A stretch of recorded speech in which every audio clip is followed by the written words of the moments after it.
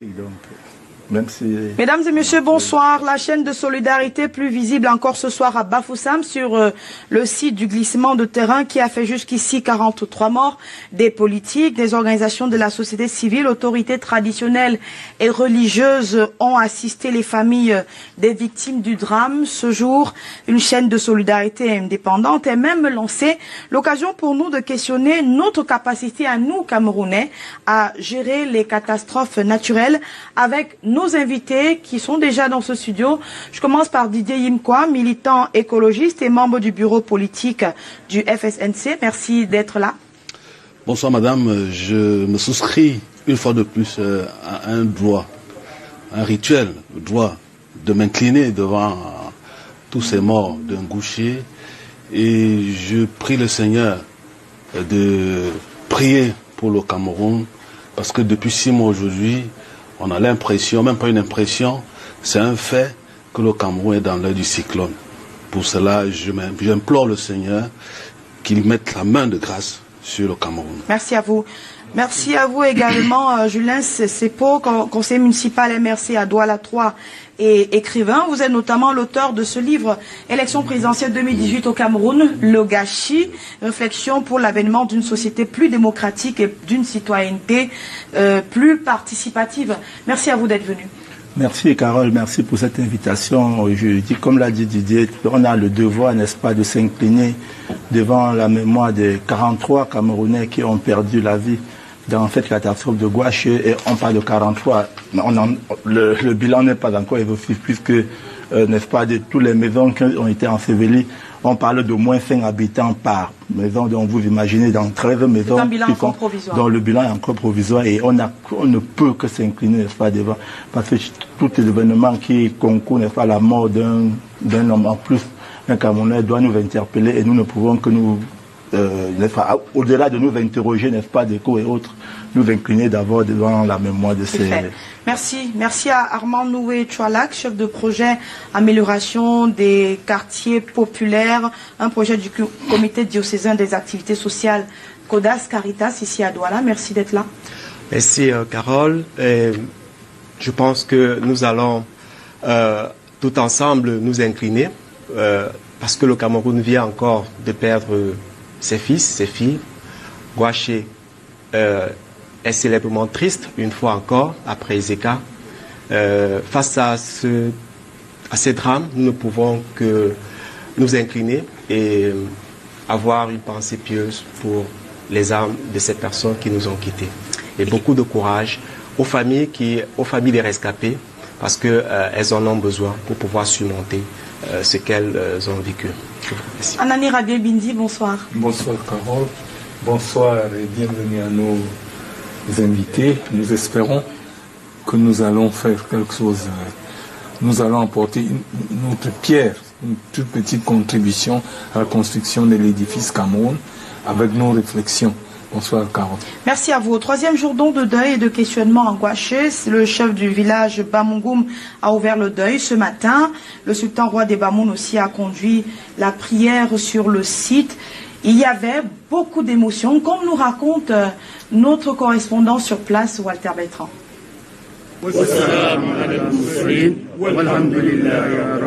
Face au glissement du terrain qui a endeuillé une cinquantaine de familles à Gouaché 4 par Bafoussam 3, le sultan roi des Bamoun sur le site implore la miséricorde divine dans une prière œcuménique.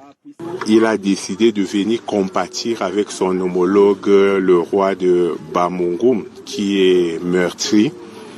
Ensuite, il ira à l'hôpital voir les blessés.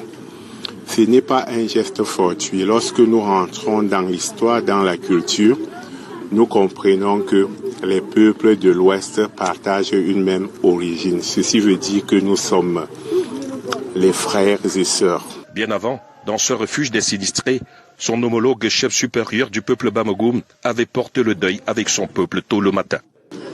Oui, ma présence ici en ce lieu du sinistre en Gouache 4, bloc 6, ce matin, c'est pour faire le deuil, c'est pour porter le deuil.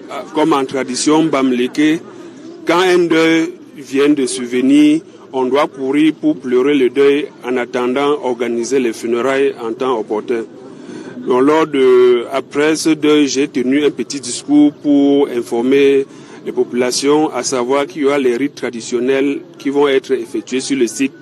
Question de purifier le site afin que dans la zone, qu'aucune malédiction ne puisse poursuivre qui que ce soit. On est venu tout près, voir l'ampleur du désastre, évaluer la situation et voir ce qu'on peut faire pour aider la population sinistrée. Cœur meurtri et endolori, tous se tournent vers l'Éternel, Dieu Tout-Puissant.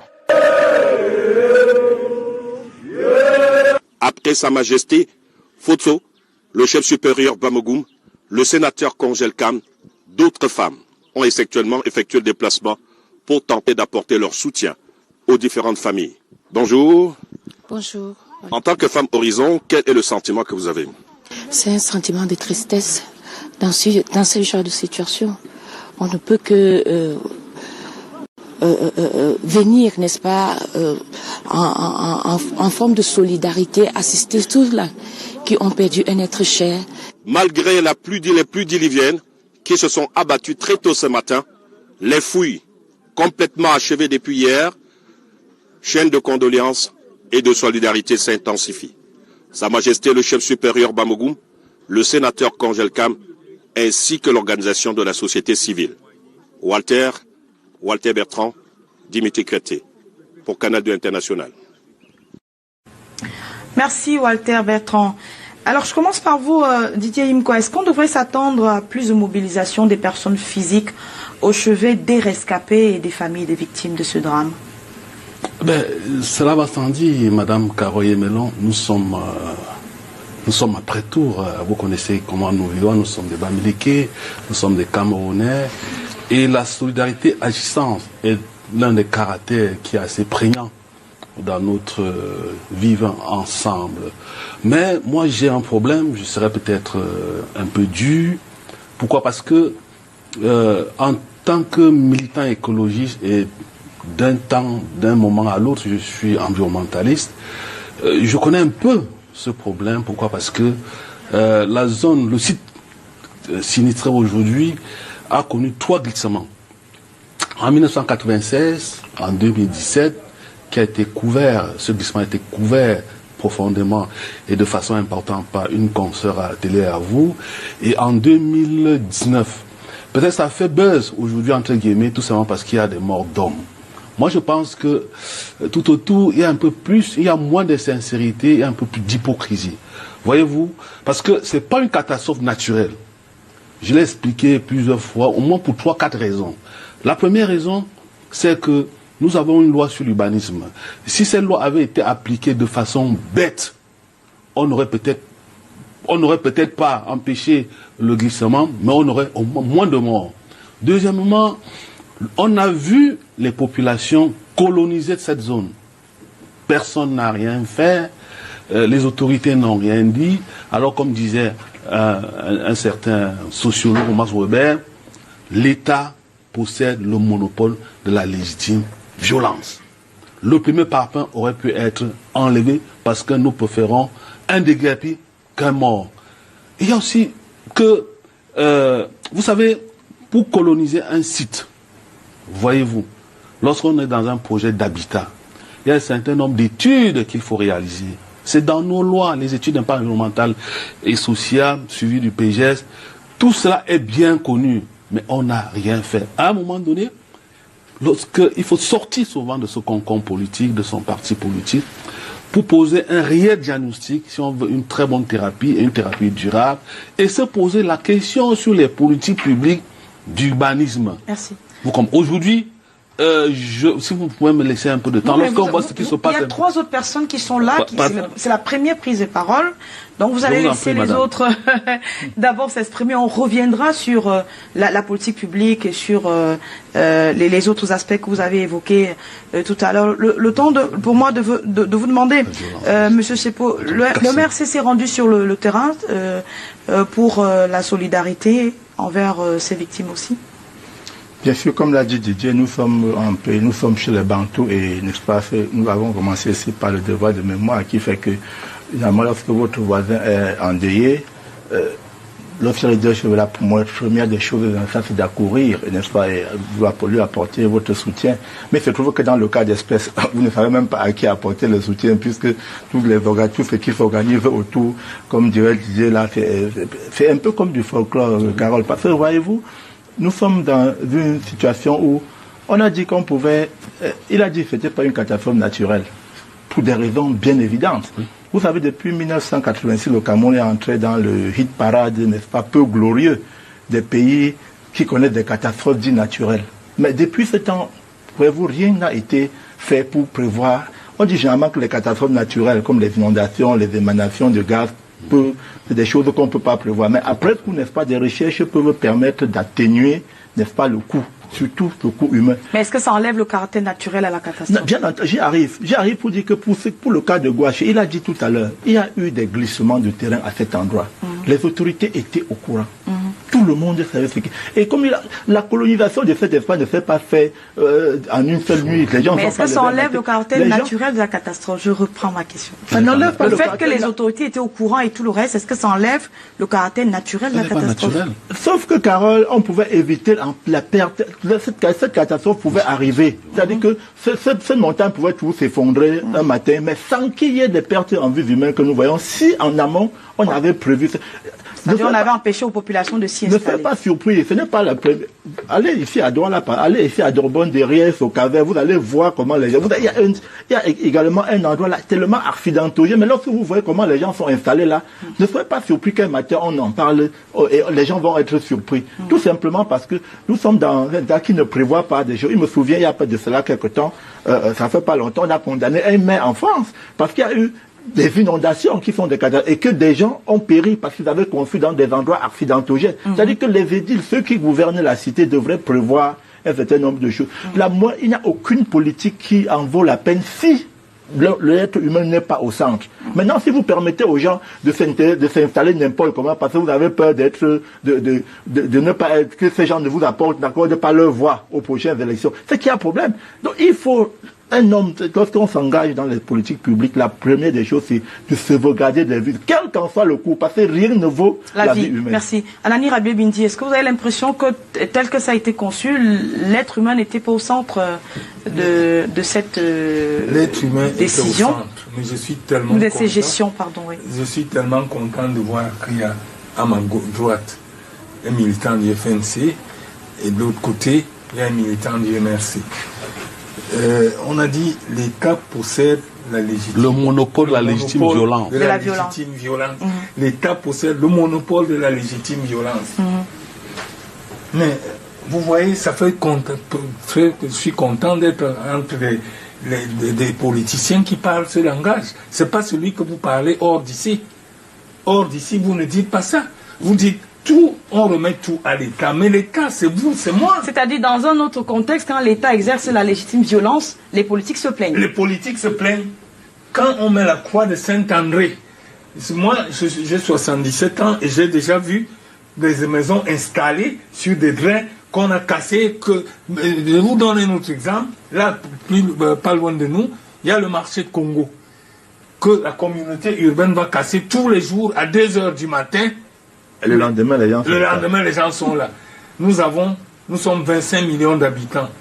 Il faudrait donc, dans ce cas, qu'il y ait 75 millions de militaires ou de policiers, 3 derrière chaque Camerounais. Vous ne faites pas votre travail, vous les politiciens. Vous parlez de l'État qui possède la légitime violence. Vous venez de le dire, mais vous m'envoyez ravi, mais vous ne le faites pas. Pas tout à fait. D'accord, vous ne le faites pas. Parce que vous attendez qu'on dise quel est cet État quand les choses sont déjà gâtées. Mais il dit que ça fait 3 fois qu'il y a eu des glissements de terrain. Qu'est-ce que vous voulez que l'État fasse? Que le maire, que le sous-préfet prennent les fusils? Vous allez encore dire qu'on a pris les fusils. Je vais entendre les politiques là-dessus et je viens à vous, Armand Tualac. Vous ne vous sentez pas solidaire de ce qu'il va falloir implémenter comme politique là-bas, Monsieur Sepo? Non, je pense que L'interpellation d'Alani Rabiou Bididi, vous les politiques, vous avez failli. Je pense que je suis en train de dire qu'une chose, Carole. Je dis l'homme politique devrait mettre l'être humain au centre de toutes ses préoccupations. Tout homme politique. Tout homme politique. Y compris Tous les hommes politiques, y compris vous. Tout homme politique, monsieur Rabiou, sauf que nous ne sommes pas aux affaires. C'est de ça qu'il s'agit. Non. Sauf que nous ne sommes pas. Notre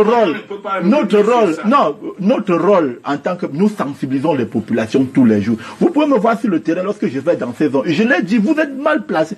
Sauf que nous n'en avons pas. J'ai parlé tout à l'heure d'un cas où un maire a été condamné. On n'a pas condamné un citoyen quelconque. On a condamné le maire qui avait les possibilités d'empêcher que les gens s'installent. C'est de ça qu'il s'agit, monsieur Rabiou. Vous ne pouvez pas interpeller tous les populations, chaque personne d'être responsable de la situation. On connaît par exemple les gens qui ont vendu ce terrain, parce que les gens ne sont pas installés là comme ça. Mais qu'est-ce qu'on a fait pour ces gens? L'impunité, la malgouvernance. Qu'est-ce qu'on a fait de ces gens-là? Merci. Vous ne défilerez pas de même à... Non, mais pas du tout, monsieur Rabiou. Là, vous déplacez le débat. Non, vous déplacez. Il ne s'agit pas de ça. Le débat doit rester. Il ne s'agit pas de ça. Le problème est que moi, j'ai 77 ans, j'ai vu comment les gens se soulèvent, soutenus par des politiciens, quand on va casser le... Non, mais ce sont des politiciens de mauvaise valeur. On ne peut pas encourager ce genre de politique-là. S'il vous plaît, parlons de la politique d'éviction. Armand Tchouala, vous avez travaillé sur ces questions, je reviens à vous pour la question des politiques qui ont été interpellées. Armand Tchouala, vous avez travaillé sur ces questions, notamment sur l'aménagement des bidonvilles, mais avant ça, vous avez travaillé sur un projet de lutte contre les évictions. Est-ce que c'est... Comment on s'y prend pour dissuader les populations de s'installer dans les zones quand on sait qu'elles sont à risque et qu'elles ne sont pas habitables? Oui, vraiment, la chose se passe en amont avec des réels politiques.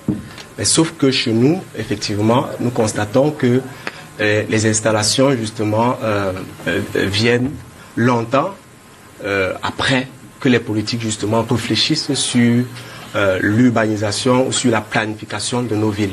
Donc à ce niveau, pour la plupart de nos villes, la question d'éviction se pose tout simplement parce que la politique d'urbanisation est venue après l'installation des populations. Et une fois que nous sommes en face d'une situation pareille, il y a tout un ensemble justement de procédés qu'il faut pour pouvoir faire partie ces personnes, pour sécuriser ces personnes. D'être faire partie, ce n'est pas forcément utiliser la puissance de l'État. D'être faire partie, c'est utiliser justement des méthodes de concertation, de dialogue, d'information. La sensibilisation, oui, mais beaucoup plus la concertation et dialogue. Parce qu'il y a une autre chose que nous devions comprendre, c'est que les processus d'installation sont justement émanés d'un certain nombre d'actes, parfois illégaux, parce que lorsque des personnes acquièrent des espaces qui ne sont pas, je vais dire, titrés, en principe, la loi ne permet pas cela. Mais ça, ce sont des mécanismes justement pour la plupart, parce que disons-nous que pour le Cameroun, dans l'ensemble justement du territoire, on parle de moins de 20% de personnes qui détiennent des titres de propriété. Donc c'est un problème aussi. Pourquoi ne pas justement permettre ou bien faciliter l'accès justement à la propriété d'un plus grand nombre qui devrait permettre à sécuriser justement ces personnes. Mais pour revenir, parce que ce cas, il est un peu spécifique par rapport au cas des évictions forcées. Ce cas justement, c'est pour prévenir, parce que là, comme a dit tout à l'heure Didier, nous ne pouvons pas parler d'une surprise en 2019, après 3 glissements. On ne peut pas parler. Mais personne n'a parlé de surprise. Oui, mais on parle de quoi maintenant en termes de prévention? En ce moment, justement, on comprend qu'il n'y a pas eu justement d'action préventive à cet endroit-là. Il n'y a pas eu du tout. Nous avons suivi de par les médias qu'il y a eu des actions que les autorités sont descendues. Il y a des descentes sur le terrain, des autorités administratives, pour demander aux gens de partir, pour apposer des croix de Saint-André. Le drame aujourd'hui, c'est quoi? C'est que 2017 ou 2016, il y a eu justement des descentes de sensibilisation pour demander aux populations de partir. Les populations, certains, je suis certain, disaient, nous n'avons pas où aller. Mais on a manqué les moyens, justement, de faire partie ces populations pour les sécuriser. Mais aujourd'hui, après 43 décès, parce que je peux dire ce qui est affiché actuellement, après 43 décès, on a trouvé ces moyens. Des moyens qui pouvaient justement sécuriser 43 vies. Au minimum, parce que là, bon. Merci, c'est le bilan provisoire.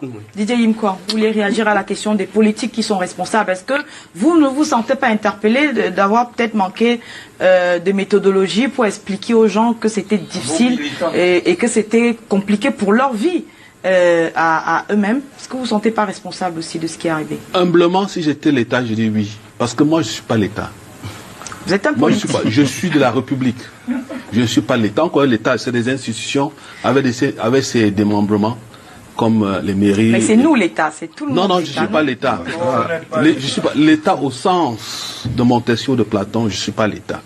Bon, pour revenir, c'est pas là le sujet. Pour revenir à ce que j'ai discuté avec monsieur le directeur, oui, l'État possède le monopole de la légitime violence. Cet État a signé des conventions internationales, par exemple avec l'ONU Habitat. Si vous cassez un habitat, si vous cassez quelqu'un, vous avez l'obligation de le reloger. C'est les conventions internationales.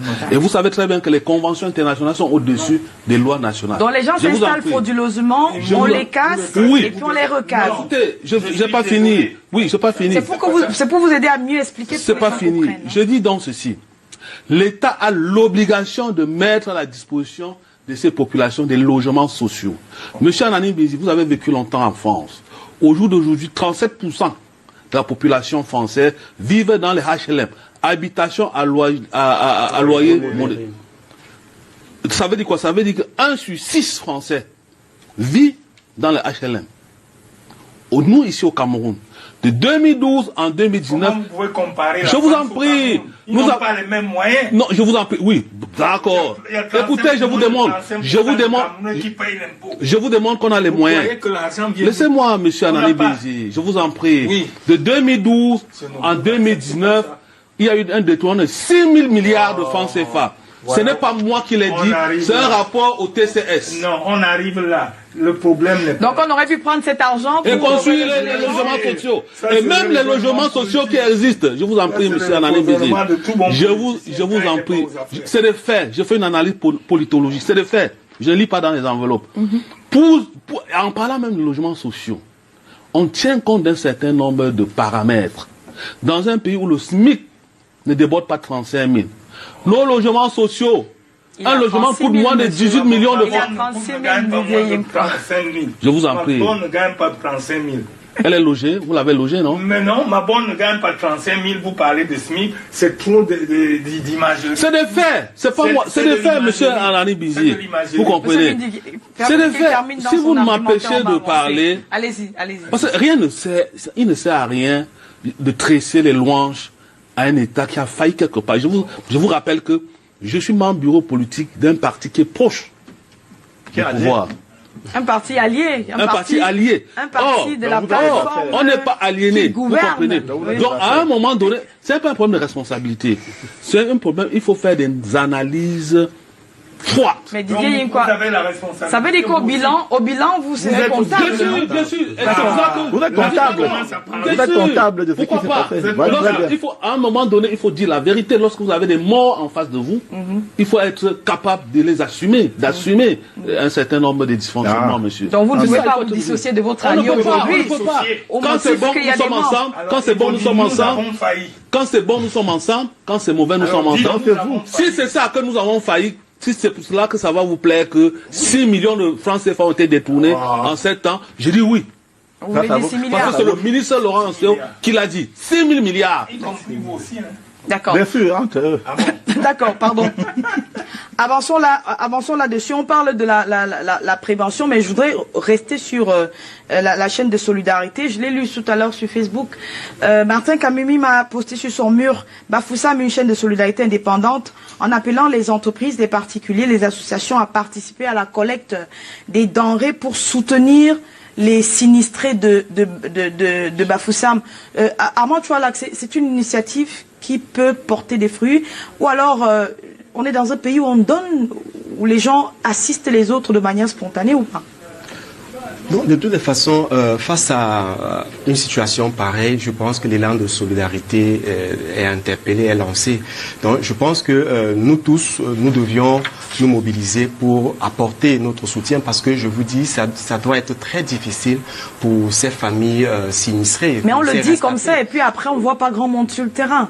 Oui. Comparé à, on a vu le sultan, on a vu le chef traditionnel, on a vu les autorités administratives, les membres du directoire des partis politiques, le MRC y était, le SIF, je ne sais pas si le FNC y était, il nous le dira tout à l'heure, mais après, c'est pas comme si les gens débordent d'une solidarité des Camerounais. Non, tout à fait. Je pense que c'est des situations...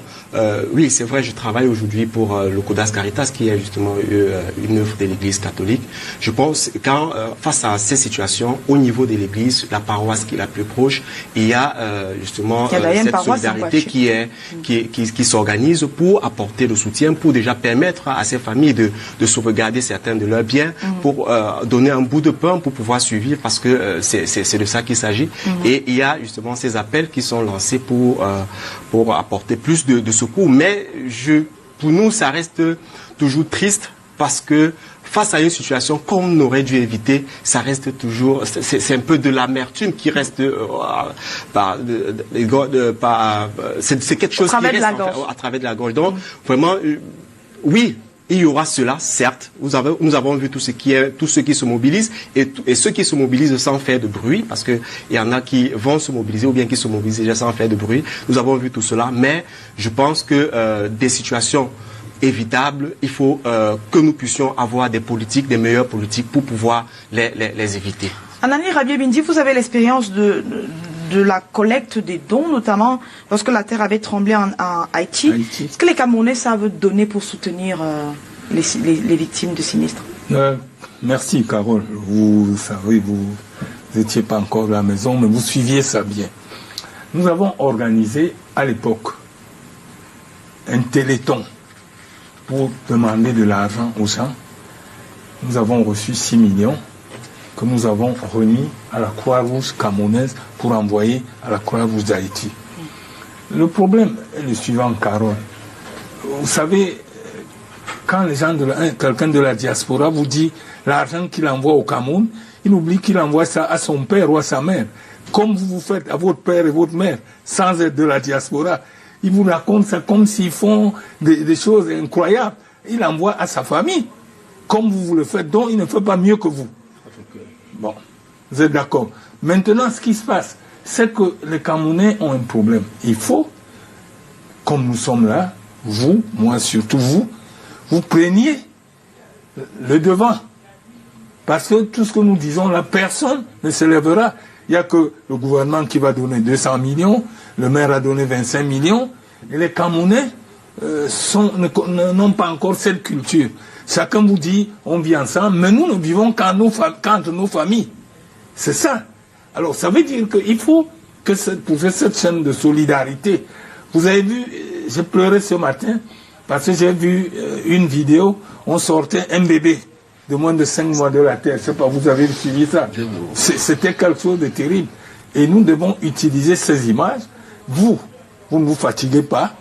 Vous prenez la tête. Parce que si on attend que ces politiciens qui parlent là, autour de cette table, qu'on dise que puisque l'État, les gens ont détourné 6 000 milliards. Or, tous ceux qui ont détourné 6 000 milliards sont de tous les bords et de toutes les couches. Donc, dès cet instant, on ne peut plus se focaliser dessus. Parce qu'on retrouve que tous nous sommes là-dedans. Vous n'êtes pas, moi je n'y suis pas, mais quand je dis tous, c'est-à-dire la majorité des Camerounais. Alors, je crois qu'il faut faire une chaîne de solidarité vraiment organisée et que les politiciens qui nous suivent nous écoutent. Et parmi les politiciens conseillers municipaux d'une commune qui a aussi des zones à risque, il faut bien le dire. Voilà, le troisième aussi est parfois est concerné par ce type de catastrophe. Alors, comment vous jugez notre dispositif de gestion des catastrophes? On a parlé de l'anticipation, on est maintenant dans les faits. Une catastrophe vient de survenir. Vous regardez le dispositif depuis mardi dernier, comment vous le jugez? La première question qu'il faut se poser, Carole, c'est solidarité pour qui? Parce que ceux qui sont à mort n'ont plus besoin de rien. Et c'est pour eux, c'est-à-dire que tout c'est d'abord... Maintenant, il y a les implications d'un sinistre pareil. Il ne suffit pas de dire on va faire la chaîne de solidarité. C'est pour soutenir qui? Parce que derrière une catastrophe pareille, il y a les implications sont graves. Je vais vous prendre un petit exemple très simple. Vous avez une ville comme la ville de Moumé qui est devenue une ville fantôme à cause du glissement de terrain qu'il y a eu à Kekem en 2006. Mais personne n'a jamais fait. Vous pensez de ces populations-là qui vivaient d'un côté de commerce du trafic de passagers qui passaient là chaque fois et qu'à cause de la route a été coupée, ils sont devenus. Qu'est-ce qui a été fait pour ces populations? Parce que voilà les sinistrés, voilà ce qu'on appelle les sinistrés d'un événement. Il y a les sinistrés directs dont les maisons ont été, les gens ont perdu leur village, leur bien. Et il y a des catastrophes, il y a des implications indirectes. Et toute la chaîne de solidarité devrait intégrer tout ça. Vous ne pouvez pas vous lever. Aujourd'hui, on a parlé d'une cinquantaine, d'une 40 personnes qu'on entend encore. Il y a ceux qu'on est en train de sommer de quitter la piscine. Est-ce que c'est ceux-là qui devraient être aussi assistés? Parce qu'il faut savoir où partir. Il faut savoir comment se recaser, s'installer. Premièrement, il faut d'abord faire parce qu'on a sorti la liste. J'ai vu la liste des décédés, mais je n'ai pas encore vu la liste des personnes secourables. C'est vrai, on a interviewé quelques riverains on les a sommés de quitter. Je pense que la première chaîne de solidarité devrait être construite autour de ces personnes-là qui ont survécu à ce drame et qui on va pas aujourd'hui leur reprocher de s'être installés parce qu'on n'a rien fait pour les empêcher de s'installer là. Malheureusement, c'est arrivé que c'est soit et comme vous le dites si bien, à Douala 3e où je suis, il y a des zones à risque. Et à chaque fois que je me trouve je dis aux populations que là où vous êtes, lorsque la nature va reprendre ses droits, vous serez dans des problèmes. Ils vous écoutent? Ce que je fais, c'est la sensibilisation. Est-ce qu'ils vous écoutent? Ils sont toujours là. Ce que je fais, c'est la sensibilisation. Sauf que grand frère Abé, c'est que malheureusement, l'homme politique chez nous, et d'ailleurs la plupart du temps, les hommes politiques, une fois qu'ils sont élus, se battent pour les prochaines élections. Ils ne se battent pas pour la suivi des problèmes. Parce que si vous pensez que vous allez faire quelque chose de bien pour les gens, vous n'avez pas besoin de vous soucier des prochaines voix. Vous posez des actes qui vont rester dans la mémoire collective comme des actes positifs. Et non avoir peur que si je bouscule les gens, si la ils sont en bois demain, ils ne vont pas m'accorder leur voix. C'est ça, l'homme politique devrait d'abord intégrer ça. Malheureusement, jusqu'à présent, ce n'est pas le cas. C'est pour ça que ce n'est pas le cas chez nous. C'est pas encore le cas chez nous. C'est pour ça que nous avons tout fait. Maintenant, Carole, vous parlez de qu'est-ce qui est prévu. Il y a une direction de la protection civile qui est logée au MINAT, qui est logée au ministère de l'administration territoriale, non seulement pour, j'ai dit, les catastrophes naturelles, on ne peut pas, généralement on dit on ne peut pas prévoir parce qu'on peut, mais il y a toujours des signes qui prévoient qu'il y a des endroits accidentogènes pour lesquels on doit à chaque fois essayer de circonscrire. Vous vous souvenez, quelqu'un l'a dit, lorsque le sous-préfet lorsque les autorités sont descendues là-bas à Gouache en 2016, après le 3e glissement de terrain, on a dit à ces gens, qui malheureusement pour la plupart ne peuvent pas parler aujourd'hui, on leur a dit, il faut quitter là. Ils ont dit, on quitte pour aller où? Mais je rappelle également qu'il y a ce devoir de citoyenneté là que nous devons, chaque citoyen devrait, chaque Camerounais voudrait qu'il y ait un policier de rue pour bien se comporter. Vous ne pouvez pas arriver dans un instant où vous savez que ce que nous faisons là n'est pas bien. Et vous le faites parce que vous attendez que l'autorité publique vienne vous l'interdire. Ce n'est pas bien. D'accord. Donc ça veut dire qu'au-delà de tout ça, nous-mêmes, nous devons déjà essayer en tant que Camerounais de rester dans le cadre citoyen. Savoir qu'ici, il a parlé tout à l'heure du problème foncier, tout le monde le sait. Mais ce n'est pas une raison pour s'installer n'importe comment. Ce n'est pas une raison pour s'installer n'importe comment. Mais maintenant, la loi pourra, si vous allez vous installer n'importe comment, ceux qui sont censés gérer la cité doivent vous l'interdire. Ça n'a pas été fait. C'est bien compris. Didier Imkwa, sur le regard sur le dispositif de gestion des catastrophes, on sait que les blessés ont été transportés à l'hôpital du district de Bafoussam et dans d'autres centres de santé. On sait qu'il y a la Croix-Rouge qui, sur le terrain, porte secours aux autres. On sait qu'il y a des fouilles, les sapeurs-pompiers sont sur place. Quand vous jugez ce dispositif, il vous satisfait? Il est obsolète.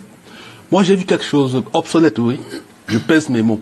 Moi, j'ai vu quelque chose à Gouache qui m'a vraiment laissé, j'étais vraiment fâché parce que après 60 ans d'indépendance, juste un glissement de terrain comme celui-là, qu'on voit comment on fouille le sol avec les pelles, ça m'a fait très mal. Soit avec l'excavateur, ça m'a fait très mal. Aujourd'hui, on était à mesure d'avoir des chiens renifleurs ça ne demande pas beaucoup d'argent, M. Nani Binzi. Vous savez, je vais... Vous anticipez la réaction de oui, ça ne demande pas beaucoup d'argent. C'est une question de modernité. Vous savez, lorsque... Oui. Pour une fois. Aujourd'hui, à 13h, j'ai été interpellé par quelqu'un qui m'a suivi l'autre jour, quand j'étais invité spécial ici. Il m'a appelé, M. Imko Venet. Moi, j'étais à 13h et j'ai même publié. J'étais derrière la cité Sikam. J'ai vu des gens qui ont conçu dans le ravin. Ils étaient en plein dans le ravin. Et à tout moment, ces maisons-là peuvent descendre. Vous comprenez? Et c'est pas une question de pauvreté. Parce que ces maisons-là, c'est des maisons qui coûtent cher. C'est pas une question de pauvreté. Donc, c'est une question de structurelle. C'est-à-dire, on est dans un système de, on va faire comment? Chacun il n'y a pas d'alternative. Parce que quand vous dites quitter de là, il faut que vous soyez capable de proposer des alternatives. C'est ça le réel problème. Mais ils ne sont pas installés aussi là pour rien. Hein. Voilà. Donc, quand vous qui leur a vendu? Voilà. À qui appartient des ravins, par exemple? Je vais revenir. C'est le chef de quartier. Je vais revenir sur la question que vous posez tout à l'heure. Je vais interroger l'histoire parce qu'elle est pourvoyée d'arguments. En 2002, ici à Douala, je crois que M. Ferdinand, il est même mort, il était gouverneur. Je crois qu'il devait être gouverneur. Voilà, en 2012. Il y a eu un phénomène qui s'est passé ici dans la ville de Douala. Il a plu tellement que tout Douala était mouillé. Et tous les experts des questions de changement climatique dans le monde ont dit que c'était l'effet El Nino. Simplement, les couches d'air chaude qui partent des océans Atlantiques, qui rencontrent des couches froides, et puis à condensation, il y a la pluie. De 2012 en 2019, lorsque vous regardez la dynamique d'évolution de la ville de Douala qui s'étale, si on a un effet El Nino à Douala, nous tous nous allons mourir. Rien n'a été fait. Or, les experts vous disent que en 2035, Douala c'est 9 millions d'habitants. 9 millions d'habitants. Et les mêmes experts vous disent que pour une ville intelligente, résiliente au changement climatique, la voirie doit occuper 30% de l'espace urbain. Monsieur Karoye Mélan, Madame Karoye Mélan, est-ce que vous pouvez me dire aujourd'hui, j'ai en face de moi un conseiller municipal, que la voirie municipale dans la ville de Douala occupe même 5% de l'espace urbain? Donc, lorsque vous regardez cela, je vais aller de loin. Est-ce que vous avez planché dessus d'ailleurs au conseil? Je vais un peu plus loin. J'étais dans un séminaire sur les changements climatiques, sur la résilience au changement climatique ici à Douala. J'avais à côté de moi un haut cadre du ministère du Transport. Lorsque j'ai pris la parole, évidemment sur des mesures préventives, quand M. Assi m'a dit, il m'a donné un document. Il m'a dit, Yim quoi? Je dis, monsieur. Il m'a dit, est-ce que vous savez que les informations météorologiques dans la ville de Douala ne dépendent pas de nous? Ça dépend des satellites. Est-ce que vous savez que nous n'avons aucun appareil au large du Vouri à mesure de nous donner des informations sur les houles? J'ai dit, pourquoi, monsieur le directeur? Parce que ça coûte cher. Il dit, ça coûte cher combien? Mais voilà. Donc, vous comprenez, donc, à tout moment, on peut avoir un tsunami qui peut nous surprendre. Encore que la mangrove, les écosystèmes de mangrove, qui sont une barrière naturelle à mesure de nous protéger. Cette barrière a disparu. Heureusement, vous êtes comptable de disparu. Heureusement. Non, c'est pas une question de parti politique. Moi, je parle vous êtes comptable. On parle de gestion aussi. Bien entendu, la gestion a disparu. Et si vous allez à SND, lors de la journée mondiale des mangroves, j'étais à SND. J'ai discuté avec les pêcheurs. Quand vous êtes à SND aujourd'hui, vous voyez Soué là-bas, pas très loin de vous.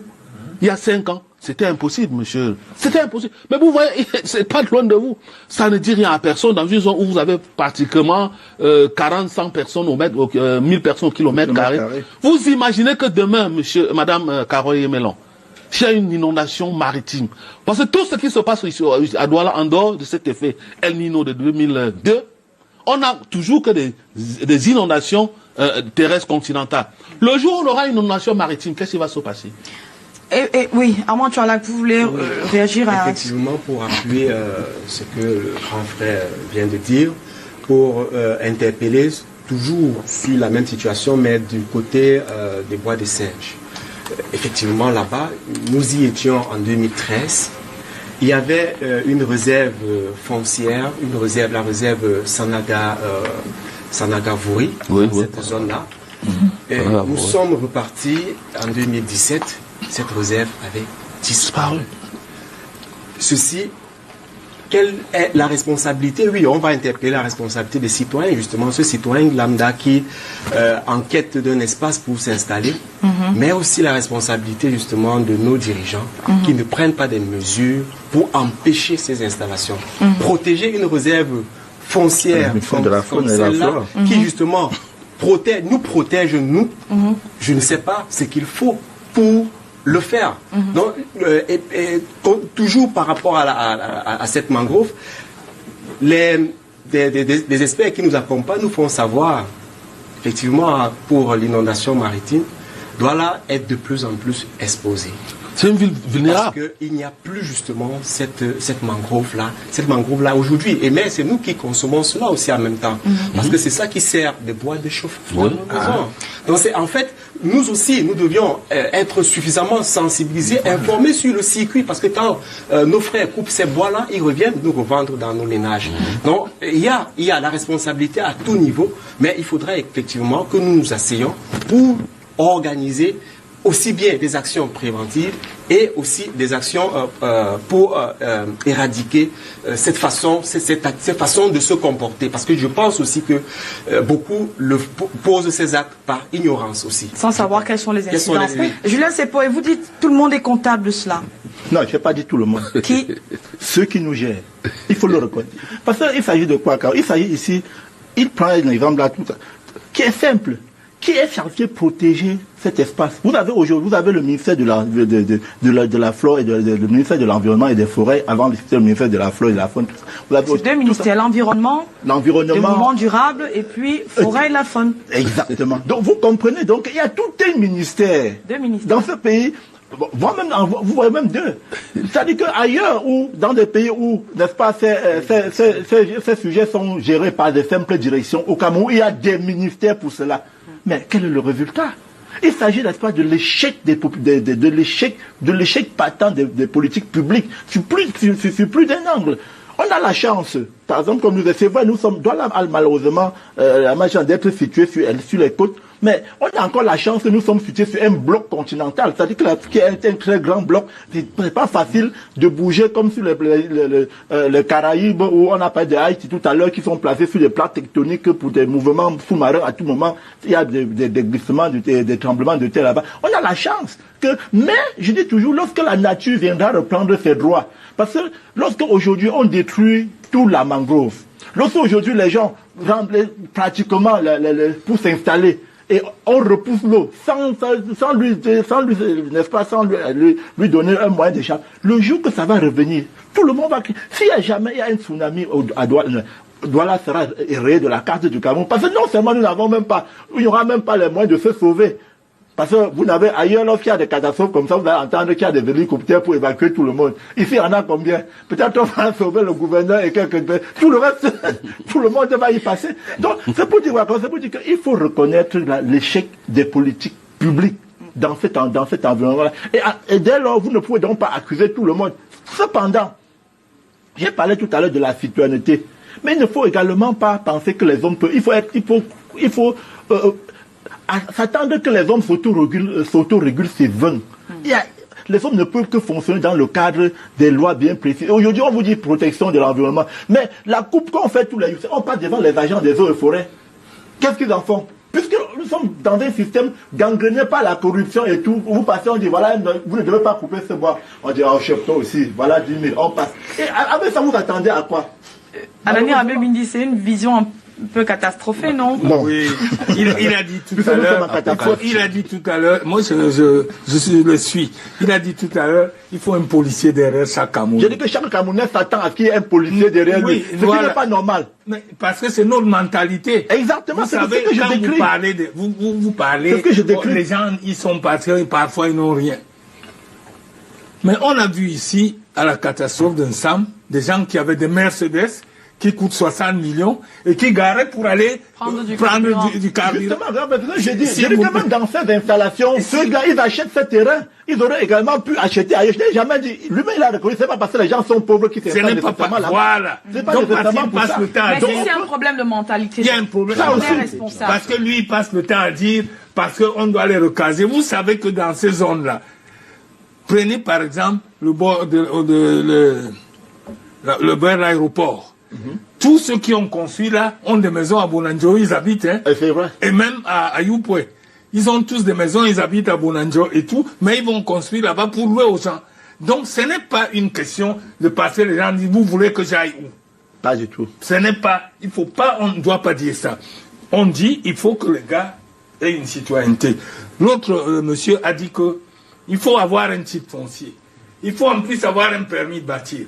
Quand vous allez à la communauté, on vous refuse un permis de bâtir parce que la zone est non édifendie. Mais vous allez construire la nuit. On a même atteint le paroxysme où les gens mettent eux-mêmes la croix de Saint-André sur le mur. Comme ça, le gars de la communauté urbaine qui arrive, il dit, ah, mon collègue est déjà passé. Il construit. Et quand il a fini de construire, il a mis le passe. Mais c'est de la triche. Vous comprenez? Oui. C'est la citoyenneté. Il faut d'abord... Il dit, en France, il y a ceci. Mais il y a 4 siècles, je ne vais pas plus loin, on était encore comme ça en France. Donc, c'est la prise de conscience qu'il faut. Et on doit être aidé par tous les responsables. C'est l'élite, hein? C'est l'élite qui fixe le Non, c'est pas l'élite. C'est tous ceux qui peuvent avoir quelques membres, quelques militants qui doivent participer. Dans les politiques. Armand Tchoualak, est-ce que vous rencontrez les mêmes problématiques, vous qui travaillez dans l'aménagement des bidonvilles? Oui, c'est presque les mêmes thématiques parce qu'en fait, dans une des choses communes au quartier populaire, parce que c'est notre jargon, quartier populaire, c'est que ces quartiers sont de plus en plus victimes des inondations. Sur ces questions, justement, à cause des manques parfois de drains, parce qu'il n'y a pas de drains ou bien des drains sont bouchés. Ou sont bouchés, ils n'ont pas été curés. Donc c'est des situations effectivement que nous rencontrons dans ces quartiers dits populaires. Mais je voulais aussi dire que parfois, pour prendre le cas du ravin, les populations, là, au départ, il n'y avait pas ravin. Il faut constater aussi, il faut le dire, qu'au départ, il n'y avait pas ravin. Il y en a que le ravin a trouvé. Le ravin, justement, arrive parce que il n'y a pas un aménagement, justement, pour éviter des situations d'érosion. Donc, le fait qu'on n'a pas agi à ce niveau, on se retrouve en face d'un ravin. Et maintenant, lorsqu'on est en face d'un ravin, ce que nous conseillons et ce que nous recommandons justement à la puissance publique, à l'État, justement, de déloger ces personnes-là et de les recaser ailleurs. De ne pas attendre justement que le pire survienne pour commencer à s'agiter. D'accord.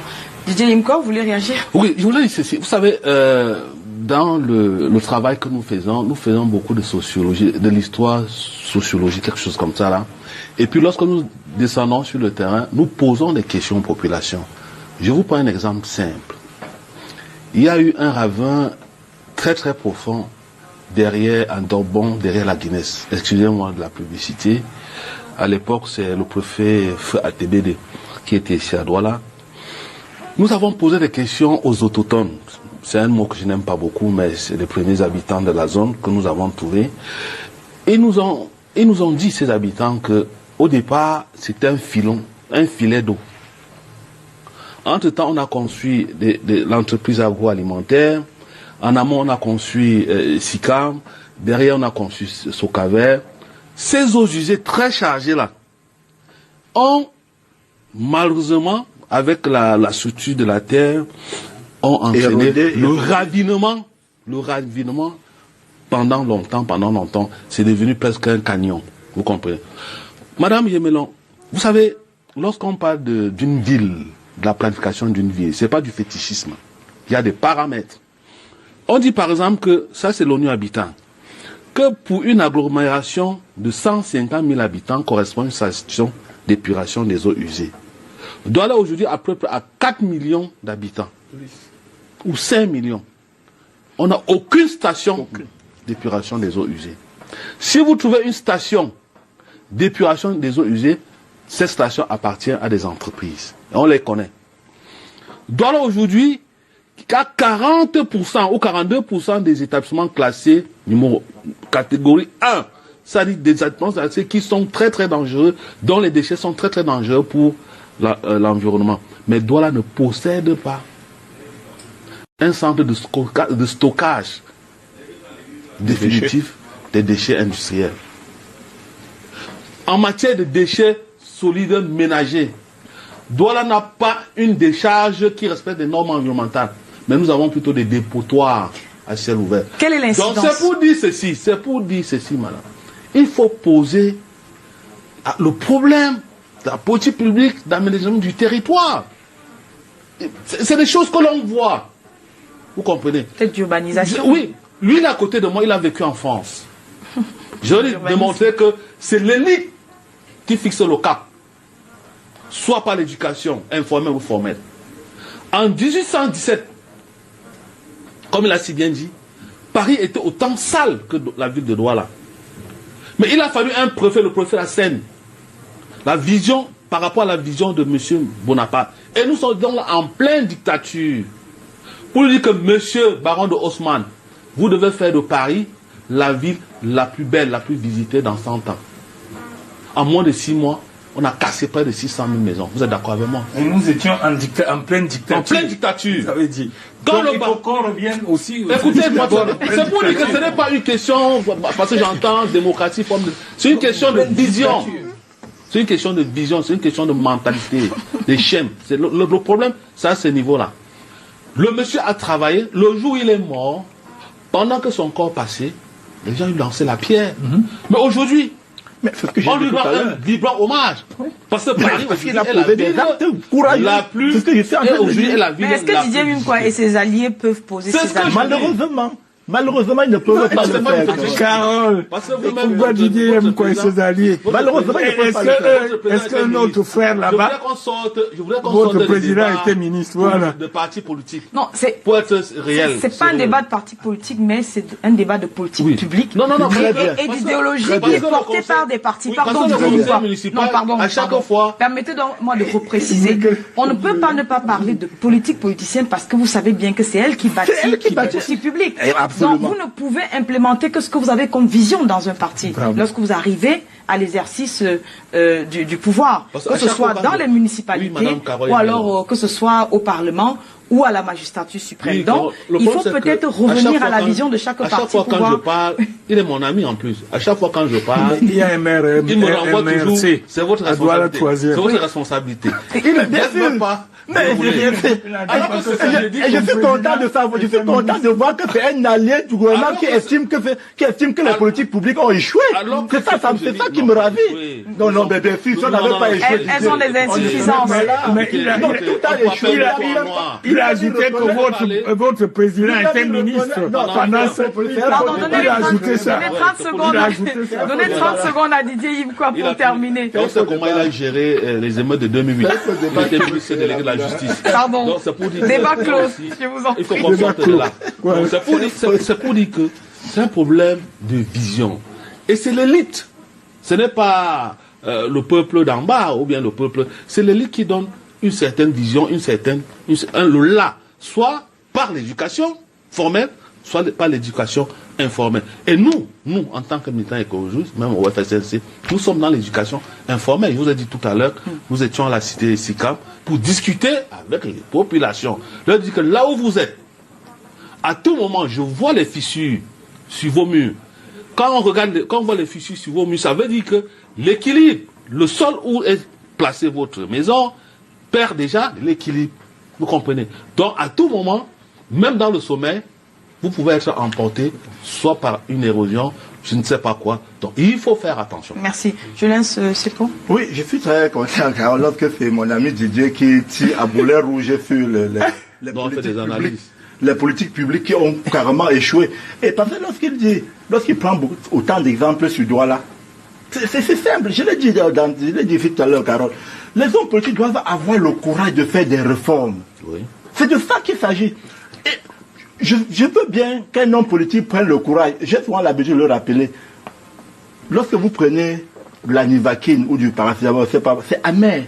Mais pour que ça vous soigne, il faut bien l'avaler. Quand vous avalez, c'est amer. Mais ça soigne. Ça fait plaisir de vous entendre dire. Mais ça soigne. Donc il faut faire du mal pour faire du bien. Je suis formel là-dessus, Carole. Prenez mon ouvrage sur Poème, mon nouveau et meilleur Cameroun. Je suis formel là-dessus. Je dis, si on veut des politiques publiques, si on veut rassurer à un certain moment des populations, c'est pour ça, vous savez pourquoi je milite pour un mandat unique pour un mandat présidentiel unique, Carole. On est dans les glissements de terrain. Non, j'arrive. Je vais vous expliquer. Non, on glisse vers... pourquoi. On glisse vers les modifications de la Constitution. Non, je vais vous expliquer. Parce que ça permet à celui qui est élu d'implémenter une vision de la société sans penser à ce que demain il va encore venir demander les voix. C'est de ça qu'il s'agit. À ce moment-là, il n'a pas peur. Donc il n'a pas peur de poser un certain type d'action. Parce que justement, comme il dit, comme déguerpir les gens dans les zones. C'est dans le programme du MRC. Parce que vous allez voir. C'est dans le programme du MRC. Il y a des actions que vous allez poser et vous allez recevoir. Vous n'allez recevoir que des cailloux. Mais 15 ans plus tard, c'est à ce moment que les gens vont comprendre l'importance de ce que vous avez posé comme acte. Oh, si vous attendez les voix dans 5 ans, personne ne vous votera. Et pour cette situation, nous avons des solutions très simples à cette situation. Si vous venez dans une ville comme Douala, au lieu de... Parce que chacun va avoir son petit lopin de terre de 10 mètres carrés, 20 mètres carrés dans n'importe quel environnement sans se soucier de... Et c'est de l'argent. Il faut faire ce qu'on appelle la mutualisation des habitats. Ça va permettre que vous pouvez loger 10 familles. Vous allez prendre un espace de peut-être, je ne sais pas moi combien, où chacun a peut-être ses 100 mètres carrés. Vous pouvez loger 10 familles. Les Camerounais, par mentalité, n'aiment pas la location, ni la mutualisation. Par mentalité, chacun veut avoir ses biens. C'est justement ça. C'est notre mentalité. Ça fait que pour régler ce genre de problème dans des villes comme Douala, où chacun ne doit pas avoir son petit lopin de terrain dans n'importe quelles conditions. En mutualisant les habitats, c'est-à-dire que vous avez un immeuble où vous pouvez loger 10, 20 familles, où chacun a son appartement sans besoin nécessairement d'être en train de louer, vous réglez déjà un problème qui permet que vous avez des espaces que vous pouvez gérer. D'accord. Maintenant, si on permet, si chacun doit se lever du passé, il a 700 000 francs, aller acheter du terrain n'importe où, s'installer n'importe où. C'est compris, monsieur le conseiller municipal. Merci. Armand Chouala, qu'est-ce que vous adressez ce type de problématique dans les quartiers? Vous avez parlé des quartiers populaires. Oui, quartiers populaires. Parce qu'en fait, quartier populaire, parce que nous mettons l'accent sur l'homme, en fait. Parce qu'en fait, ce qui est dit quartier populaire, les techniciens l'appellent quartier précaire ou bidonville. Bon, nous l'appelons quartier populaire parce que nous voulons mettre l'accent sur l'homme. Et étant donné que l'action est portée par l'Église, donc c'est tout naturel que ceci soit fait ainsi. Mais maintenant, ce que nous faisons effectivement dans le cadre de cette action, c'est d'informer, d'éduquer les populations sur la prise en compte par elles-mêmes justement de l'amélioration de leur cadre de vie. Donc nous voulons commencer par le bas.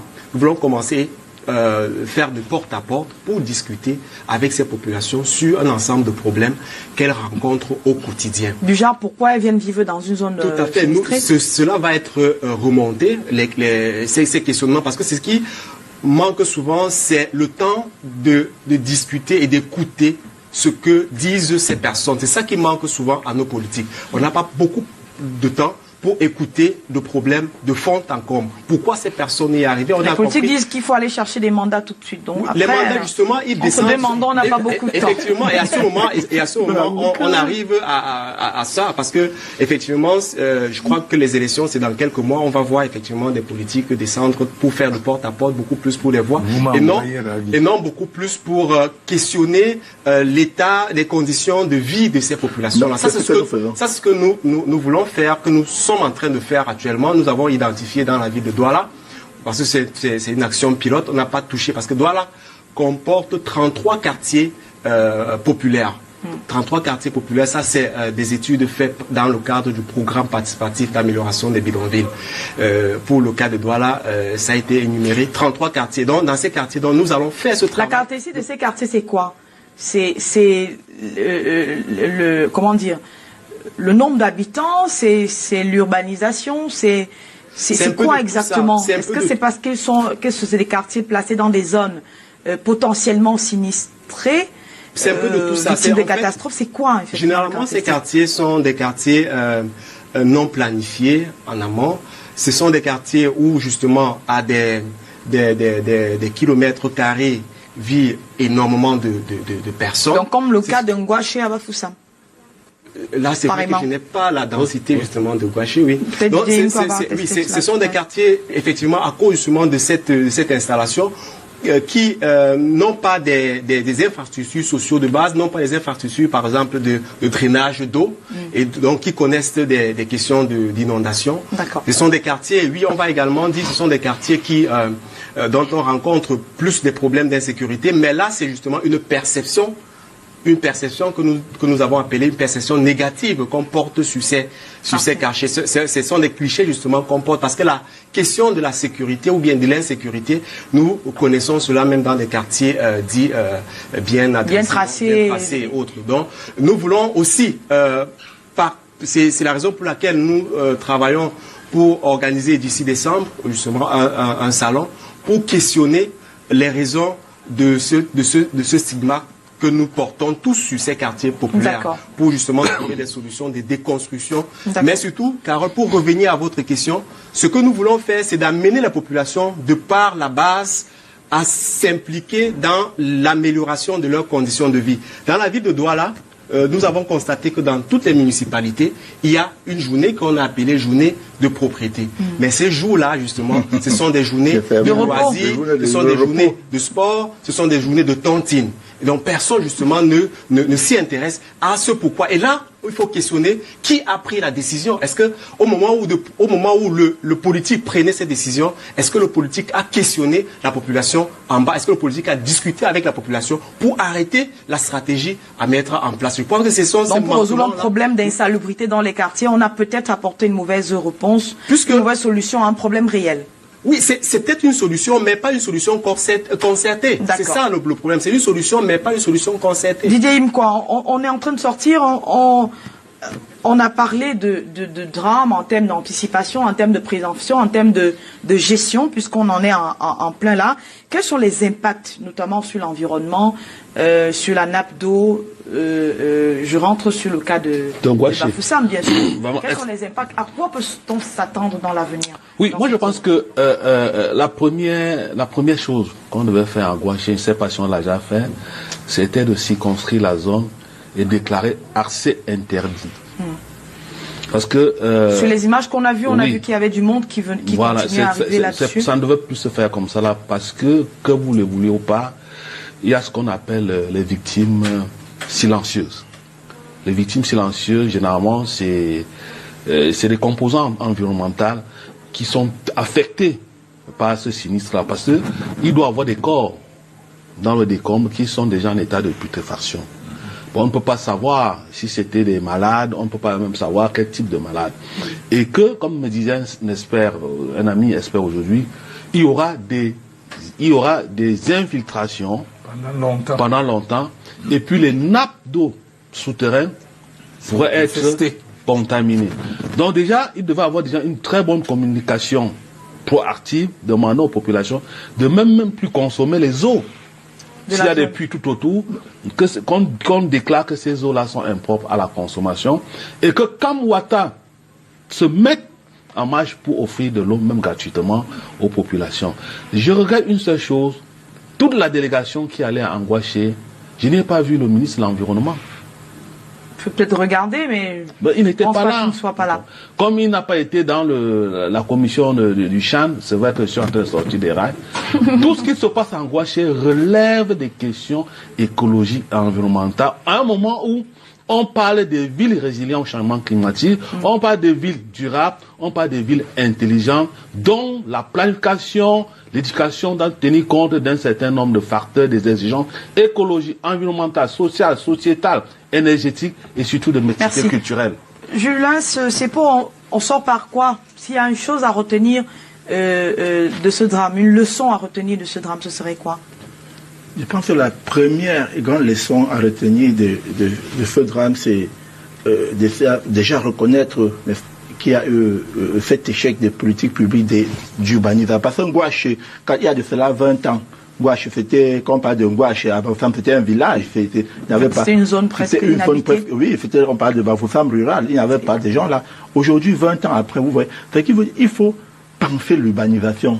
Nous sommes en Gouaché, mais on a beaucoup plus parlé de Douala où nous sommes. Et c'est partout au Cameroun. C'est problématique de toutes les villes du Cameroun. Toutes les villes du Cameroun, il faut repenser l'urbanisation. L'urbanisation doit précéder, n'est-ce pas, l'installation des populations. Ici à Douala, on parle régulièrement, on vous entend désordre urbain partout. J'ai l'habitude de dire, ce problème le désordre urbain existe justement parce qu'il n'y a pas un plan d'urbanisation. Si vous réglez les problèmes en amont, c'est vrai, je l'ai dit, les populations, on a affaire dans ce pays à des gens qui font tout, sauf ce qui est citoyen. Mais n'est-ce pas, c'est à ceux qui nous gouvernent d'impulser. Au-delà des sensibilisations que l'on peut faire, il faut apprendre à manier la carotte. Le bâton et la carotte. Merci beaucoup. Pour que les gens comprennent. Et comme je finis par la carotte, s'il vous plaît, oui. Les responsables politiques doivent avoir le courage de prendre des réformes qui vont faire mal. Ça doit faire mal. Mais je vous dis, si on avait fait ça, si on avait rasé Gouaché, si on avait rasé Gouaché il y a de cela 5 au dernier glissement de terrain, on ne serait pas en train de déplorer plus de 5 ans. Armand Tchouala, en 30 secondes, on retient quoi? Je suis un peu, en fait, on ne peut pas raser Gouaché, pas raser. Si on avait pris des précautions pour encadrer et même raser, il y a eu des trois glissements de terrain. Lorsque on utilise le terme raser, en fait, on est à la fin, on ne refait pas le débat. Avec des populations. Mais peut-être pour nous, en fait, ce que nous proposons, en fait, c'est de dire... Peut-être déguerpir et recaser du monde, c'est ça? Oui, mais beaucoup plus dire, nous pensons qu'il est temps pour nous, parce que les politiques pour nos grandes villes ont échoué, il est temps de créer, de penser des nouvelles villes. Il est temps justement de penser des nouvelles villes. Donc ça revient à planifier l'urbanisation. Oui, des nouvelles villes, parce que c'est peut-être très compliqué dans des villes comme Douala, Yaoundé. Comme Godiba, pourquoi on est en train de construire des temps de la ville? Il faut penser et planifier des nouvelles villes qui va justement désengorger les villes comme Douala, comme Yaoundé, et qui permettront, et par la suite, peut-être on pourra revenir pour justement réaménager ces espaces. Parce que si on pense des nouvelles villes, ça va participer à désengorger. Il faut également penser aussi aux villages, aux zones rurales. Il faut penser à développer justement des zones rurales pour que les gens ne partent pas pour venir dans les villes, s'installer dans des zones des conditions de mieux vivre. Je pense que beaucoup resteront dans leur... Merci beaucoup. Anani Rabibindit, vraiment 20 secondes, on a terminé. Moi, je crois qu'ils ont tout dit. Je ne vais pas parler parce qu'il faut absolument dire quelque chose. J'ai été très satisfait de voir qu'il y a à ma droite un monsieur qui est dans un parti politique, quelqu'un qui est ministre, et puis à l'extrême gauche, il y a un monsieur qui est dans un parti politique dont le président était ministre. Donc, ça veut dire que tous sont là-dedans. D'accord. Tous sont là-dedans. Ils sont à un moment donné, ils ont été ou le sont à un moment donné dans la gestion des affaires publiques. C'est ce que vous voulez dire. Oui. Merci beaucoup. Merci à vous, messieurs, d'être venus en parler avec nous ce soir. Le journal, c'est tout juste après cette page colorée. Nous vous revenons demain avec un autre sujet à débriefer et d'autres invités sur ce plateau. Je vous souhaite une très bonne soirée en compagnie des programmes de Canada International. Bonsoir.